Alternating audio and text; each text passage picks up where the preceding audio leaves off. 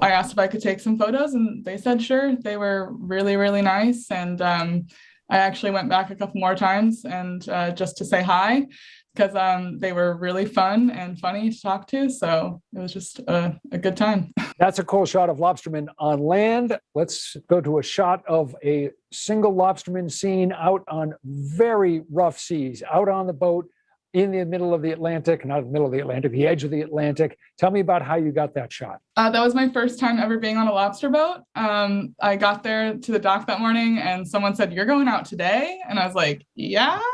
And I was like, "Oh no." It was a bit rough, especially for a July morning.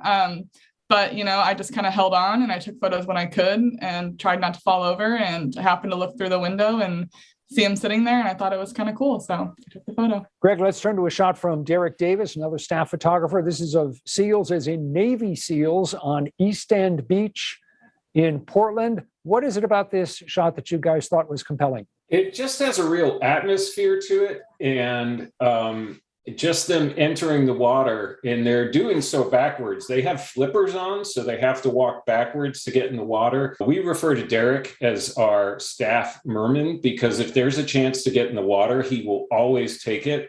And even though it was freezing cold, he went in with his shorts and t-shirt on and got this low angle. And I think that really helps, the low angle of the water. You can see that it's raining really hard from the raindrops hitting the water. Well, Derek may be the staff mermaid, but he occasionally ventures onto dry land. He has a shot of a referee stretching before a contest. And what's great about this is it's a great sports shot, but it's also a great pandemic photo. It really is. And this is when high school sports had just started being played again last February. This was a basketball game at Scarborough High School. There were no fans allowed in the stands, and this official was stretching before the game. And Derek just really, I think, caught it here with the juxtaposition of him wearing his mask and all the cutouts behind him. Brianna, you have a photo that's called Jumping Jubilation. Great name for it. The story kind of tells itself as you look at the image. How did you capture this? It was actually one of the first assignments, like big sports things post-vaccine in that June time when things kind of seemed normal.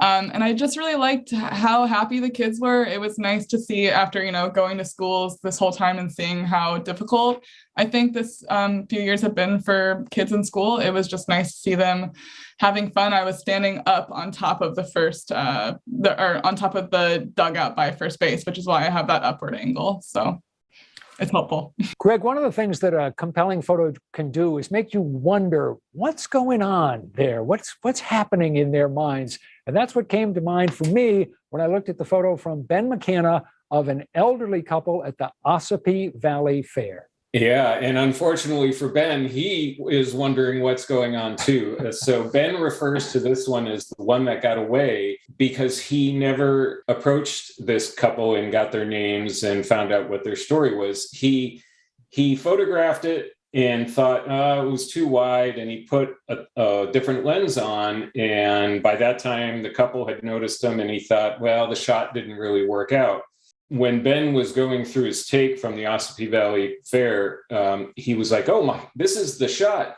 And he got out of his car with his laptop in his hands and he walked all around the fairgrounds a couple times, but the couple had left. He never found them. So this is sort of the mystery. Let's end, Greg, with one of your shots. You had an assignment to cover overnight snowmaking at Sunday River.